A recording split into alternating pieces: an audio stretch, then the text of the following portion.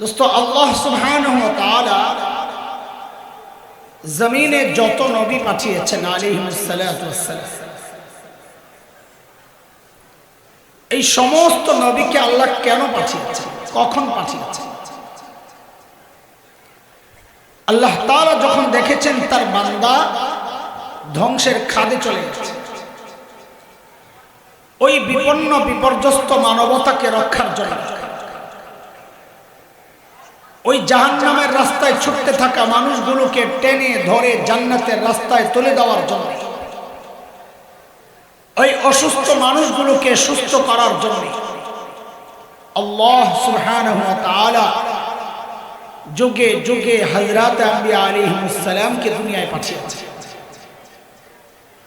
যেমন হযরত মূসা আলাইহিস সালামকে আল্লাহ দুনিয়ায় কখন পাঠিয়েছেন? আল্লাহ তাআলা যখন দেখেছেন বনি ইসরাইল ফেরাউন এবং তার বংশের লোকদের নির্যাতনের কারণে ধ্বংস হয় প্রায়,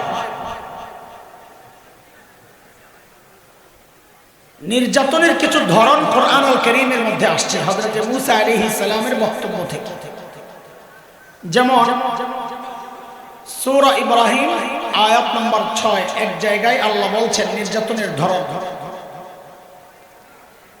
মালিক বলেন, وَإِذْ قَالَ مُوسَى لِقَوْمِهِ اذْكُرُوا نِعْمَةَ اللَّهِ عَلَيْكُمْ إِذْ أَنْجَاكُمْ مِنْ آلِ فِرْعَوْنَ يَسُومُونَكُمْ سُوءَ الْعَذَابِ وَيُذَبِّحُونَ أَبْنَاءَكُمْ وَيَسْتَحْيُونَ نِسَاءَكُمْ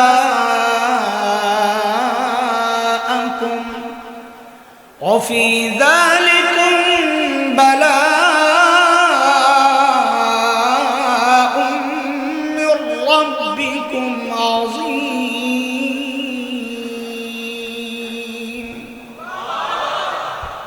এই আয়াতে আল্লাহ নির্যাতনের ধরন দেখাইছে। ফেরাউন কি করত? যখন মেয়ে জন্ম নিত তো ফেরাউন বাঁচায় রাখত, ছেড়ে দিত। কিন্তু যখনই ছেলে জন্ম নিত ফেরাউন তার ক্ষমতা হারানোর ভয়ে বনি ইসরাইলে যত ছেলে জন্ম নিত ধরে ধরে জবেহ করে হত্যা করত।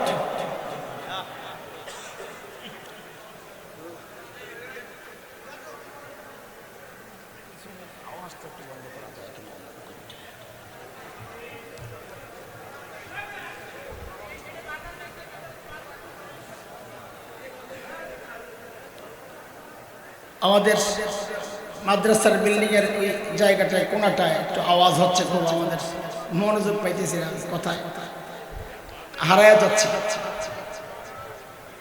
একটু আওয়াজ বন্ধ করলে আমাদের জন্য বলা সহজ হয়।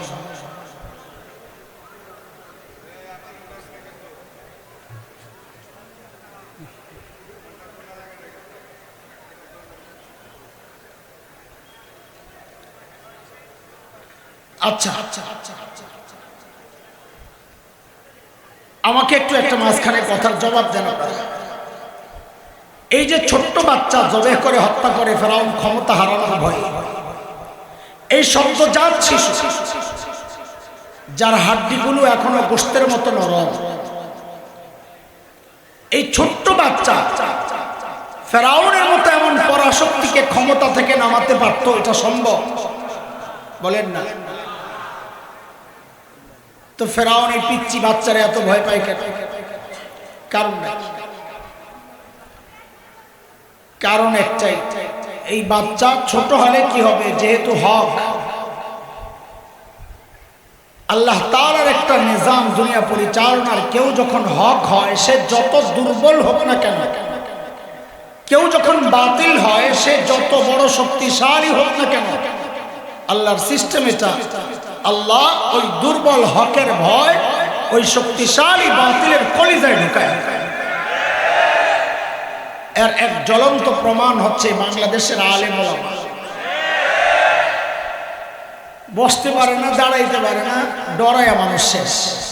কিরে ভাই কি ঘটনা কি বুঝলাম না, অস্ত্র লয়া ঘুরি না মুখ লয়া ঘুরি? চেক করলে পাওয়া যাবে একটা মিসওয়াক, একটা তসবিহ, একটা কলম, কয়টা টিস্যু, সালাম পুঁজি সহ। আরে শাইখুল ইসলাম আল্লামা আহমদ শফি নওয়ারাল্লাহু মারকাদা জীবনের শেষ সময়টা যখন পার করছিলেন, মানুষটা হুইল চেয়ারের মধ্যে সোজা হয়ে বসে থাকতে পারতেন না, কাত হয়ে যেত।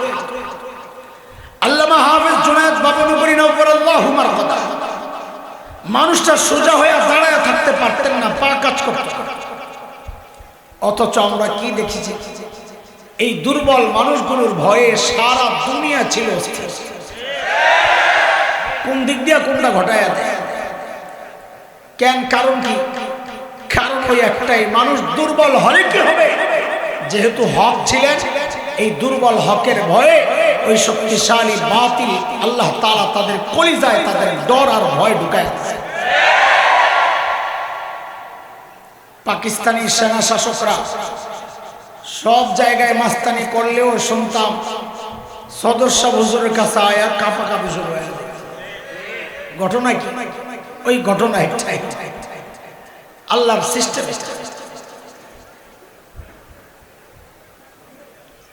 ওই যে বলেছি আপনাদেরকে, মাঝে মাঝে লাইন থেকে বাইরে যায়, কথা বোঝা। এখন একটু বাইরে যাইতেছি, যখনই বাইরে যাব বেশি মনোযোগ লাগে। বলেন সর্বশ্রেষ্ঠ রাসূলকে বলেন, আবার বলেন তো সাল্লাল্লাহু আলাইহি ওয়াসাল্লাম। এমন ভাবে বললেন যেন সর্বশ্রেষ্ঠ রাসূলের পায়ে ঠইয়া গেছে। এটা কি আমাদের জন্য গর্ব না? তো গর্বের জিনিস তো গর্বের সাথে বলতে হয়। হ্যাঁ, ঢাকায় একটা এমপি সাহেবের পোলা বুঝলেন তো, পোলা ঢাকায় কথা আর কি, পোলা ছেলে, ওর যে ভাব, আবে আমার চিনস যায় এমপির পোলা খারাপ। তা আপনি সর্বশ্রেষ্ঠ রাসূলের উম্মত হয়ে এমনি কইলেন, গর্ব এটা আমাদের। এমন ভাবে বলবেন যেন গর্ব প্রকাশ পায়।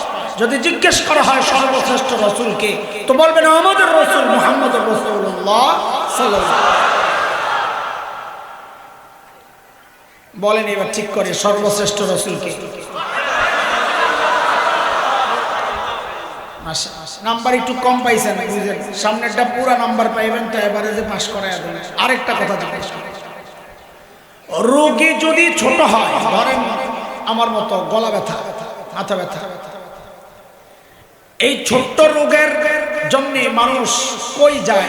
এলাকার ডাক্তার বা দেশের সবচাইতে বড় ডাক্তার? এলাকার ডাক্তার। রোগ ছোট, ডাক্তারও ছোট। কিন্তু রোগী যদি বড় হয় তো মানুষ এলাকার ডাক্তারের কাছে যায় না সবচেয়ে বড় ডাক্তার তালাশ করে? কত বড়? বলে রোগী যত বড় মানুষ ডাক্তারও তালাশ করে তত। কথা ঠিক? চলেন আবার লাইনে চলে আসি। যেহেতু আল্লাহ তাআলা নবীদেরকে দুনিয়ায় পাঠিয়েছেন দুনিয়ার অসুস্থ মানুষের চিকিৎসার জন্য, বুঝা গেল আল্লাহ সর্বশ্রেষ্ঠ রাসূলকে ওই যুগেই পাঠাইছেন যে যুগের মানুষগুলো ছিল মানব ইতিহাসের সবচাইতে জঘন্য আর খারাপ মানুষ। কেমনে বললেন এই কথা? বলে ডাক্তার যেহেতু সবচাইতে বড়, তো বোঝা গেল যাদের কাছে পাঠাইছে ওই রোগীগুলাও ছিল। ইতিহাসে সেই রোগীদের নাম, সেই সময়টার নাম আইয়ামে জাহিলিয়া। কি বলে? একটু একটু করে আগাইতে হবে, একদম পুরা পড়া মুখস্থের মতো বয়ান শোনা লাগবে দোস্ত, এলোমেলো কথা না। আমিও লাইনেই বলবো ইনশাল্লাহ, মুখস্থ করায়া করায়া আগাইবো। আমি মাঝে মধ্যে আবার পিছনের পড়া জিজ্ঞেস করি। মাদ্রাসার ছাত্র যারা আছে সামনে বসছে, ওরা না পারলে তো মুরগি বানাই দেবে।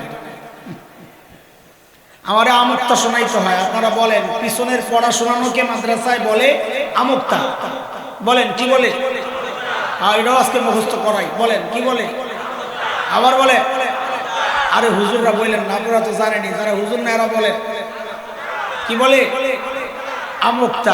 খালি আমার বারবার আমুক্তা শোনাইতে হইব। আমুক্তা না শোনাইতে পারলে সামনে পড়া আগাবো না। সারা সময় বয়ান শুনছে, প্যান্ডেল থেকে বাইরেছে, আর খবর নাই কি শুনছে মনে নেই কি হইল।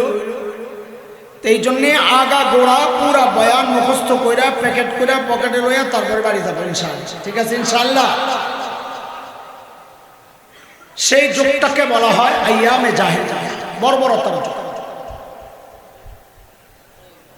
মানুষগুলো কতটা বর্বর ছিল যে ওদেরকে ঠিক করতে আল্লাহ সর্বশ্রেষ্ঠ রাসূল আনলেন। ইতিহাস পড়লে দেখবেন শরীরের পশম দাঁড়ায়া যায়। মানুষ এতটা খারাপ হইতে পারে? কি করত? একটা পয়সার জন্য মানুষ মানুষ খুন করে ফেলত। খুন করা কোনো ব্যাপার ছিল? মূর্তি পূজা এখন হয় কি হয় না? তখনও হতো। পার্থক্য কি? এখন মসজিদের মধ্যে মূর্তি রেখে পূজা করা হয়, অথচ তখন বাইতুল্লাহর ভেতরেই ছিল 360 মূর্তি। ঘরের মধ্যে আলাদা মূর্তি, মন্দিরে আলাদা, সফরে বের হলে বগলের নিচে করে আলাদা মূর্তি নিয়ে যাইতো। কেন? রাস্তায় পূজা করার জন্য যদি আবার খোদা না পাওয়া যায় আরেক বিপদ না? পকেটে লইয়া করে খোদা, পকেটে লইয়া করতে। রাস্তায় সুন্দর একটা পাথর দেখছে তো পকেটের মূর্তি, বগলের নিচের মূর্তি ফালাইয়া ওই পাথরের পূজা করা শুরু করছে। এই ছিল অবস্থা। জন্ম নিয়ন্ত্রণে এখন হয় কি হয়? তখনও হতো। পার্থক্য কি? এখন পেটের মধ্যে বাচ্চা নষ্ট করা হয় অথবা আসতে দেওয়া হয়, আর তখন বাচ্চা হওয়ার পর দেখতো ছেলে না মেয়ে। যদি দেখছে ছেলে রেখে দেখে, আর যদি দেখছে মেয়ে, এটা ছিল বাবার জন্য সামাজিক কলঙ্ক। আমি মেয়ের বাবা, ওই কলঙ্ক থেকে বাঁচার জন্য বাবা নিজ হাতে নিজের কলিজার টুকরা মেয়েকে জীবন্ত দাফন করে। কুরআন আল কারীমের বহু জায়গায় এই বিষয়টা আসছে। যেমন এক জায়গায় আসছে সূরা নাহলে 14 নম্বর পারা 58-59 আয়াত।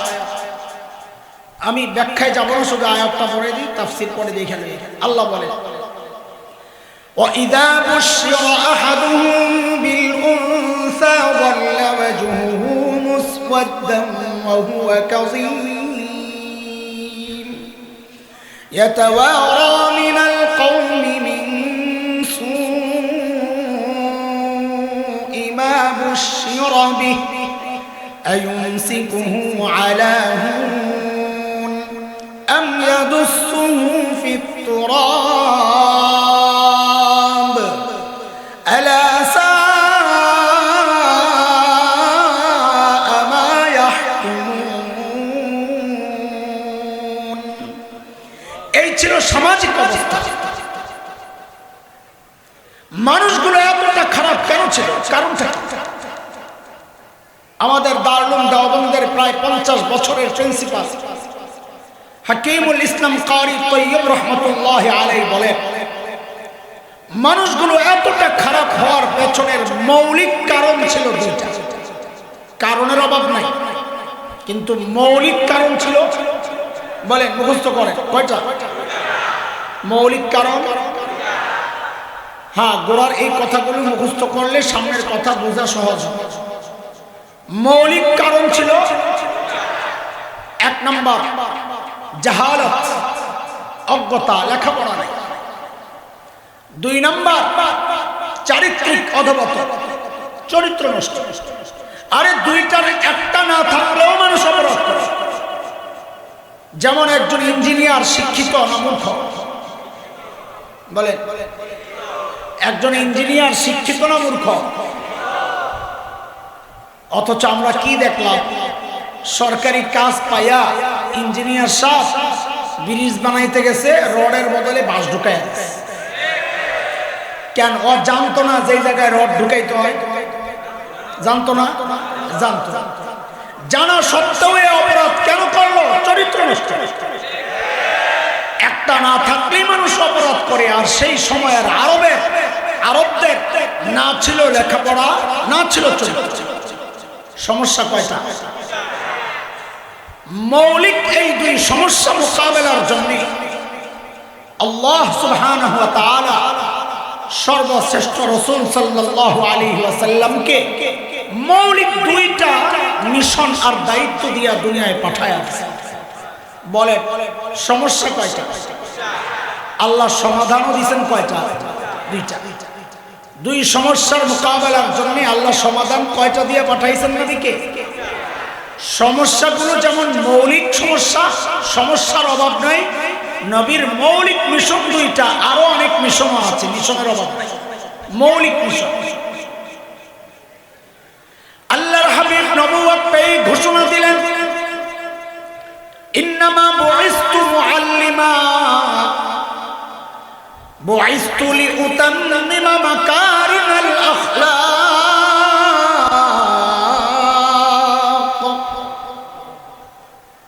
নবী ঘোষণা দিলেন, আল্লাহ আমাকে শিক্ষক বানায়া দুনিয়ায় পাঠাইছেন। কি বানায়? ওই যে মৌলিক দুই সমস্যা, জাহালত, অজ্ঞতা, মূর্খতা দূর করার জন্য আল্লাহ নবীকে শিক্ষক বানায়া দুনিয়ায় পাঠাইছেন। বলেন আমাদের নবী কি ছিলেন? এটা খুব ভালো করে মুখস্থ করেন, আমার একটা আলোচনার পয়েন্ট। বলেন আমাদের নবী কি ছিলেন? আমাদের নবীকে বলা হয় উম্মি নবী। উম্মির অর্থ না জানার কারণে অনেক মূর্খ অর্থ করে মূর্খ, জাহেল, নাউজুবিল্লাহ। ও নিজে মূর্খ।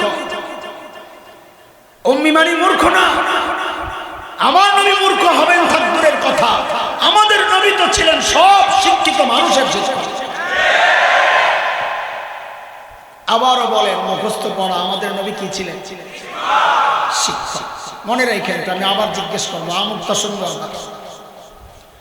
দুই নম্বর নবী বলেন, আল্লাহ আমাকে সর্বোচ্চ উন্নত চরিত্র মাধুর্য দিয়ে দুনিয়ায় পাঠিয়েছেন। কেন? আমি যেন ওই চরিত্রহীনদের পেছনে মেহনত করে করে ওদেরকে দুনিয়ার সেরা মানুষ বানাতে পারি। মিশন দুইটা, সমস্যা দুইটা। জাহালত দূর করতে আল্লাহ নবীকে শিক্ষক বানায়া পাঠাইছেন, চরিত্রহীনতা দূর করতে আল্লাহ নবীকে সর্বোচ্চ উন্নত চরিত্র দিয়া দুনিয়ায় পাঠাইছেন। বলেন আমাদের নবী কি ছিলেন? আবার বলেন। চাইলে দিবেন, ডিস্টার্ব করা যাবে না। জাযাকুল্লাহ। হ্যাঁ বলেন আমাদের নবী কি ছিলেন? আমরা মাদ্রাসার মাহফিলে আসছি না, আমি নিজেও তো মাদ্রাসাওয়ালা, তা আমাদের পক্ষ থেকে, মাদ্রাসার পক্ষ থেকে আপনাদের জন্য কিছু পয়গাম আছে, পয়গাম, ওই পয়গাম দিতেছি। কিন্তু এই দিলে অনেকের কষ্ট লাগবে, একটু ব্যথা লাগবে, যারা মাদ্রাসায় পড়েন নাই, সন্তানকে পড়ান নাই। এখন আপনারাই সিদ্ধান্ত নেন, নগদে বইলা দেন আমারে, এই ব্যথাওয়ালা কথা কি কিছু বলবো না ছেড়ে দিয়ে যাবো? বলে ব্যথা লাগবে যে, কিন্তু বিশ্বাস রাখেন আপনাদেরকে ব্যথা দেওয়ার জন্য, আঘাত দেওয়ার জন্য কথাগুলো বলছি না, বলবো না। আমার উদ্দেশ্য আপনাদের হৃদয়ে আফসোসের আগুনটা জ্বালানো, যে আহারে কি করলাম। ছোটবেলায় শীতের মধ্যে, কনকনে শীতে মা গোসল করাইছেন না ডলাডলি দিয়া? খুব আরাম লাগছে? কষ্ট লাগছে? এই যে মা কষ্ট দিছেন, আপনার ক্ষতির জন্য না উপকারের জন্য? উপকারের জন্য। তো আমরা মৌলবীরা যখন কথা বলি, বিশেষ করে আমি আমারটাই বলি, আমাদের কথা দুই রকম হয় বয়ান। কখনো করি ওয়াজ, কি করি? ওয়াজ। আবার কখনো করি ওয়াশ। কি ওয়াশ? বুঝেন? ওয়াশ, দোলাই দোলাই। আমাদের স্বভাব হচ্ছে আমরা ওয়াজ শুনতে চাই ভালো, কিন্তু ওয়াশ করতে গেলে হুজুর তো রাজনীতির আলাপ শুরু করছে। হ্যাঁ আল্লাহ, তো একটু ওয়াশও হবে, কষ্ট নিয়ে না, আমারে মাফ করে দিয়ে, আমি আগের থেকে মাফ চাই। দেখেন আমরা যারা মাদ্রাসায় পড়ছি, পড়াচ্ছি, এই জায়গায় আমি কওমি আলিয়া আলাদা করতে চাই না। আপনারা তো কত বিষয় নিয়ে গর্ব করেন, কেউ ডাক্তার, কেউ ইঞ্জিনিয়ার, কেউ বড় সমাজপতি, কেউ বড় ব্যবসায়ী, কারো ছেলে ইউরোপ আমেরিকা থাকে। গর্বের তো শেষ নাই, আপনাদের উপলক্ষের শেষ নাই। কিন্তু এই আমরা যারা মৌলবীরা আছে, যাদেরকে আপনারা গাইয়া মনে করেন, খ্যাত সেকেলে মনে করেন, ব্যাকডেটেড মনে করেন, এগুলো আগের দিনের মানুষ। আমাদেরও একটা গর্বের জায়গা আছে। বলে আপনাদের আবার কিসের গর্বের জায়গা? হ্যাঁ, আমাদের গর্বের জায়গা হচ্ছে আমাদের শিক্ষার গোড়ায় মুহাম্মদুর রাসূলুল্লাহ সাল্লাল্লাহু আলাইহি ওয়াসাল্লাম, আমাদের গর্বের জায়গা। বলে কেমনে বলেন এই কথা? হ্যাঁ, আমরা সূরা ফাতিহা পড়ছি আমার ওস্তাদের কাছে, আমার ওস্তাদ তার ওস্তাদের কাছে, তিনি তার ওস্তাদের কাছে, গোড়ায় গেলে দেখা যায় শেষ মুহাম্মদুর রাসূলুল্লাহ। হাদিস পড়ছি একই কথা, মাসআলা পড়ছি একই একই। যেমন আমি একটা উদাহরণ দিয়ে আপনাদেরকে বুঝাই। আমরা বুখারী শরীফ পড়ছি, এখানে বুখারী অনেক ছাত্র আছে, ওস্তাদ আছে, আগে পড়ছেন এমন আছেন, বর্তমানে পড়তেছেন এমন আছেন। আলহামদুলিল্লাহ আমিও পড়েছি। যেমন কথার কথা প্রথম হাদিস ইন্নামাল আ'মালু বিন্নিয়াত, আল হাদিস, লম্বা হাদিস। এই হাদিসটা আমি ঢাকার ফরিদাবাদ মাদ্রাসায় পড়েছি। আমার উস্তাদ মুহতারাম শাইখুল হাদিস আল্লামা আব্দুল হাফিজ রাহমাতুল্লাহি আলাইহি, যিনি একসময় গহরাঙ্গার উস্তাদ ছিলেন, আমি দেওবন্দ মাদ্রাসায় পড়েছি। আমার উস্তাদ এই হাদিসের শাইখুল হাদিস আল্লামা নাসির খান রাহমাতুল্লাহি আলাইহি। আমার এই দুই উস্তাদের উস্তাদ শাইখুল আরব ওয়াল আজম হযরত হুসাইন আহমদ মাদানী নব্বরাল্লাহু মারকাদাহু, তার উস্তাদ শাইখুল হিন্দ মাহমুদ হাসান দেওবন্দি রাহমাতুল্লাহি আলাইহি, তার উস্তাদ ব্রিটিশ বিরোধী আন্দোলনের অন্যতম সিপাহসালার মুজাহিদ মিল্লাত দারুল দেওবন্দের অন্যতম প্রতিষ্ঠাতা কাসিমুল উলুম আল খায়রাত ইমাম কাসিম নানুতুবি রাহমাতুল্লাহি আলাইহি। তার উস্তাদ ছিলেন শাহ আব্দুল গনি মুজাদ্দিদ দেহলভী রাহমাতুল্লাহি আলাইহি। তার উস্তাদ ছিলেন, এই অধিকার এই সুযোগ আপনাদেরও ছিল, কিন্তু আপনি পাচ্ছেন না। নিজেকে জিজ্ঞেস করছেন কখন, কেন পাচ্ছেন? কে আপনাকে বঞ্চিত করেছে? ওই সমস্ত কুচক্রীরা যারা আপনার সামনে এমন এক সিলেবাস প্রণয়ন করেছে, যেই সিলেবাস পড়ে এই গর্বের পরিচয়টা দেওয়া যায়। এক গর্বের পরিচয় থেকে আপনাকে বঞ্চিত করেছে, ওর আগে নতুন করে আরেকটা চক্রান্ত হয়েছিল, মাথা চালা দিয়েছিল। সেটা হচ্ছে, তার আগে একটু বলেন আমরা কার সন্তান? কার সন্তান? না, এখন থেকে বলবেন, আমি যা শিক্ষা দিই ওইটা বলবেন। এখন থেকে বলবেন আমরা নবী আদমের সন্তান। বলেন কার কার? নবী বাড়াইতেছেন কি জন্য আবার মাঝখান দিয়ে? বলে হ্যাঁ কারণ আছে। আগে মানুষ গণনার এই সিস্টেমটার নাম ছিল আদমশুমারি ছিল। ক বছর থেকে দেখতেছি আদম বাদ দিয়া নতুন শব্দ লাগাইছে জনসমাজ। কিন্তু আমরা জানতে চাই আদম তোরে কোন জায়গায় খোঁচা দিয়েছে যেটা বাদ দিল? কাহিনীটা বিষয়টা বিষয় হলো যে মাথায় ঢুকছে যে আমরা আসলে কি আদমের সন্তান, নাকি আমাদের পূর্বপুরুষ চিড়িয়াখানার থেকে পালায় আসা বান্দর, ওটা পেঁচ লেগে গেছে। এখন আদমশুমারি বাদ দিয়া লাগছে জনসমাজ। ওরা আদম কাটছে, আমরা আদমের ডাবল বানাবো। আগে বলতাম আদম সন্তান, এখন বলবো না আমরা নবী আদমের সন্তান। এরপর যদি কাটাকাটি করে তাহলে লগে সফিউল্লাহ লাগাই দেয়।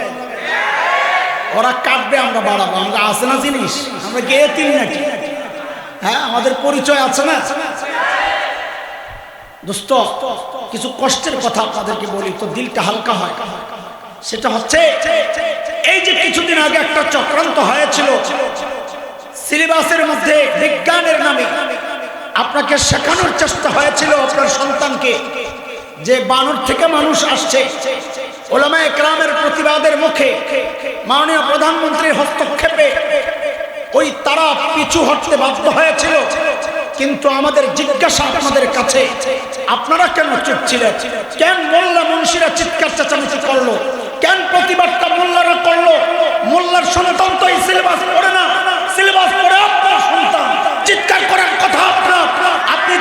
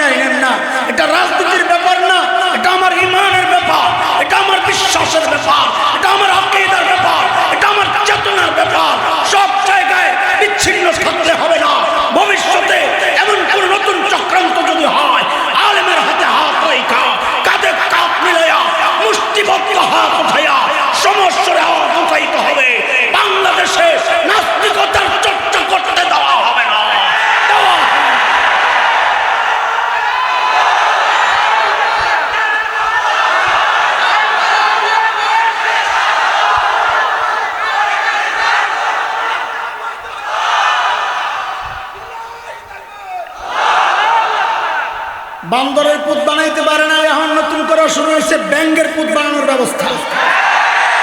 কারবারটা দেখছে? এডিও বড় লেখাপড়া, শিক্ষকরা ব্যাঙের মতো লাফায় লাফায় আপনারা ভাঙতে পারে। মাথা নষ্ট হয়েছে, কি বলবো এগুলো? আপনারা চুপ করে থাকেন, এই চিৎকার দেওয়ার দায়িত্ব আমি। একসাথে বলে একসাথে ইনশাআল্লাহ, ইনশাআল্লাহ। আমি নৌকায় ভোট দেই না, ধানের শেষে ভোট দিই, আমার জানার দরকার নাই, আপনার যারে মনে চাই। কিন্তু যখন দেখবেন মানচিত্র আক্রান্ত হয়ে গেছে, যদি দেখেন আমার গোড়ায় হামলা হয়েছে, যদি দেখেন অস্তিত্ব নিয়ে কেউ টান দেওয়ার চেষ্টা করেছে, তখন আর চুপ থাকবেন না, গর্জে উঠবেন। কারণ আমাদের ইতিহাস আছে, আমাদের ঐতিহ্য আছে। আমরা শাইখুল হিন্দের রুহানি সন্তান, আমরা শামসুল হক ফরিদপুরের রুহানি সন্তান। আমরা চোখ বন্ধ করে করে অন্যায় দেখি নাই, সহ্য করে নাই, ভবিষ্যৎ করব না, করতে পারি না, করতে পারি। আছেন তো ইনশাআল্লাহ? চলে আল্লাহর হাবিব ওই দুই মিশনে যখন মেহনত শুরু করলেন, মনে আসেনি কথা? কয় মিশন দিয়ে আল্লাহ পাঠাইছেন?